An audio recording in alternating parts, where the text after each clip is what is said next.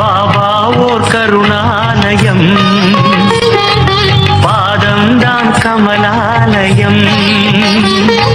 பாபா ஓர் கருணாலயம், பாதம்தான் கமலாலயம். சாய் அப்பா உறவுகள் அனைவருக்கும் வணக்கம்.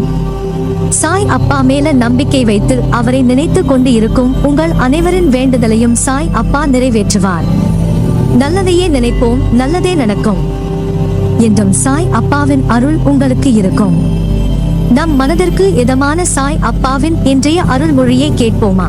அன்பு குழந்தையே, மிக விரைவில் உன் வாழ்க்கையில் ஒரு அற்புதம் நடக்கும். அந்த அற்புதத்திற்கு பின்பு நீயே நினைத்து பார்க்க முடியாத அளவுக்கு உன் வாழ்க்கை மிகவும் பிரகாசமாக மாறும். உன்னை பார்த்து மற்றவர்கள் ஆச்சரியப்படுவார்கள், எப்படி இவன் வாழ்க்கை இப்படி மாறியது என்று. அந்த அளவுக்கு நீ சீரும் சிறப்புமாக சந்தோஷமாக வாழப் போகிறாய். உன்னை நான் நிச்சயமாக செல்வ கடாட்சத்துடன் சுபிட்சமாக வாழ வைப்பேன். நீ பயப்படுவது போல உன் வாழ்க்கை இப்படியே கஷ்டத்திலே போய்விடாது. கண்டிப்பாக நீ மற்றவர்கள் ஆச்சரியப்படும் அளவிற்கு மிகப்பெரிய அளவில் வாழப் போகிறாய். என்ன தடுமாற்றம் உனக்கு? ஏன் குழப்பத்தில் இருக்கிறாய்? உன்னை சீரும் சிறப்புமாக வாழ வைப்பது என் கடமை. உன் கவலைகளை போக்கி உனக்கு நல்ல வாழ்க்கையை அமைத்து கொடுப்பேன். உன் வேண்டுதல்களை நிறைவேற்றுவேன். குபேர ராஜயோகத்தை உனக்கு தருவேன். அதனால் கவலையை விடு என்றும் உன்னை கவனித்து வருகிறேன். உன் எண்ணம் தடுமாறும் போது உன்னை நல்வழிப்படுத்தி தூய சிந்தனை அளிப்பேன். நீ வேதனைப்படும் காலத்தில் உன்னோடு இருந்து ஆறுதல் அளித்து வேதனை போக்கும் வழியை கூறுவேன். பல பிரச்சனைகளுக்கு உடனடி தீர்வு மறதிதான் என்பார்கள். நேற்று நடந்தவை நேற்றே போகட்டும். இனி நடக்கப் போவது உனக்கு நல்லதாக நடக்கும். என்றோ நடந்ததை நினைத்து கொண்டு இன்றும் நீ கஷ்டப்பட்டு கொண்டிருக்க வேண்டிய அவசியமே இல்லை. நடந்ததை மறந்துவிட்டு இனி நடக்கப் போவதை நன்றாக மனதில் வைத்து செயல்படு.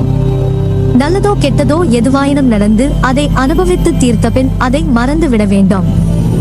எதுவும் நடக்காதது போல இருந்து கொண்டு புதிய ஒன்றை தேட வேண்டும். அந்த புதிய ஒன்று ஆனந்தத்திற்கு நம்மை அழைத்துச் செல்வதாக இருக்க வேண்டியது அவசியம். நிறைய விஷயங்களில் மறதி இல்லாததால் தான் நிம்மதி என்ற உணர்வு நம்மிடம் இல்லாமல் போகிறது. எதிர்பார்ப்பு என்ற ஒன்று தோன்றி நிம்மதியை குலைக்கிறது. ஏமாற்றம் என்ற பாதிப்பு நிலை நம்மை திசை திருப்பி நிம்மதி என்ற உணர்வை பறித்துக் கொள்கிறது. கோபம், பழிவாங்கும் எண்ணம் போன்றவற்றை அது தூண்டி விடுகிறது. இதையெல்லாம் தவிர்க்க வேண்டுமானால் நேற்றைய சூழலை இன்றைக்கு மறந்துவிட வேண்டும். யதார்த்தத்தில் வாழ வேண்டும். அந்த நேரத்தில் மனக்கட்டுப்பாட்டை பிரயோகிக்க கற்க வேண்டும். பாதிப்புகளை நினைத்து கொண்டிருக்காமல் மனதை கட்டுப்பாட்டுக்குள் வைத்துக் கொள்ள வேண்டும். நமக்கு பிடிக்காத ஒன்று நடந்தால் உடனே எதிர்ப்பை வெளிக்காட்டும் நிலையை மாற்றிக்கொள்ள வேண்டும். பிடிக்காத ஒன்று நடந்தால் அது ஏன் நடந்தது, மறுமுறை அது நடக்காமல் இருக்க என்ன செய்யலாம் என்று யோசி. பழிவாங்குதல் போன்றவற்றை செய்வதை தவிர்க்க வேண்டும். விமர்சனம் செய்வதை விட்டுவிட வேண்டும். இப்படி பல விட வேண்டியவற்றை விட்டால் மட்டுமே வர வேண்டியது வரும். நமது இந்த செயல்களால் என்ன நன்மை கிடைத்துவிடும் என யோசித்தால் நாம் பிறரை பாதிப்புக்கு ஆளாக்க மாட்டோம், நாமும் பாதிக்கப்பட மாட்டோம். இல்லாவிட்டால் விஷய பாதிப்புகள் நமது மனதை கொந்தளிக்கச் செய்து ஆனந்தம் என்ற உணர்வை அடியோடு சாய்த்துவிடும். மனதை வேறு வழிகளில் செலுத்த வேண்டும் என்று பார்த்தோம். நடந்ததை நினைத்து கொண்டிருந்தால் நிம்மதி எப்போதும் கிடைக்காது, மனதில் தெளிவு பிறக்காது. எனவே நமது மனதை விஷயத்திலிருந்து மாற்றிக்கொள்ள வேண்டும். என்றாவது ஒரு நாள் போனால் போகட்டும் என நினைக்கத்தான் போகிறோம். அது நடந்து வெகு காலத்திற்கு பிறகு நினைக்காமல் உடனே நினைத்தால் விளைவு நன்றாக இருக்கும். வாழ்நாளில் அனுபவங்களை நாள்தோறும் அனுபவித்துக் கொண்டே வருகிறோம். இதை நினைவில் வைத்திருந்தால் நல்லது நடக்குமா? அதை அப்படியே விட்டுவிட வேண்டும். இதற்கு மனதை மாற்றுவதே ஒரு மகத்தான வழி. உன் வீட்டில் பாதுகாவலனாக இருந்து உங்கள் அனைவரையும் தீய சக்திகள் அண்டவிடாமல் தடுத்து உங்களை காப்பேன். இல்லறத்தில் நல்லறம் காக்க ஒவ்வொரு நிமிடத்திலும் உன் மனதில் எச்சரிக்கை செய்வேன். உன் எண்ணங்களை ஆராய்ந்து உனக்கு என்ன தேவையோ அதை அளிப்பேன். என்றுமே உன்னை அஜானத்தில் மூழ்க விடாமல் சத்திய தர்மத்தை உன் மனதில் புகுத்துவேன். எதுவும் நிரந்தரம் இல்லை என்பதை உணர வைத்து எளிமையாகவும் ஏழ்மைக்கு உதவி செய்ய மனதை தூண்டுவேன். ஏட்டு சுரைக்காய் கறிக்கு உதவாது என்பதை உணர வைத்து நீதி மறவாமல் வாழ வைப்பேன். உழைப்பின் தத்துவத்தை எடுத்துரைத்து உன் உழைப்பில் வருவதை கொண்டு வாழ வைப்பேன். இன்ப துன்பம் ஏற்றதாழ்வு இதனால் வந்த கர்மாவை என்னவென்று அறிய வைத்து மனமகிழ்ச்சியோடு நீ ஏற்று இந்த ஜென்மத்திலே அனுபவித்து பூரணம் கண்டு பிறவி கடந்து என்னோடு அழைத்துக் கொள்வேன். உனக்கு சோதனையாக தெரிகிற இந்த காலத்தை மனதில் வைத்துக் கொண்டு வாழ்க்கையின் மீது சலிப்பும் வெறுப்பும் கொள்ளாதே. கஷ்டமான நிலை வரும்போது தாங்க முடியாவிட்டால் வாழ்க்கையில் இன்றோ அல்லது சில காலம் முன்போ நீ ரசித்த சின்ன சின்ன நிகழ்வுகளை எண்ணி மகிழ். நிச்சயம் அது உனக்கு ஒரு புத்துணர்ச்சியை தரும்.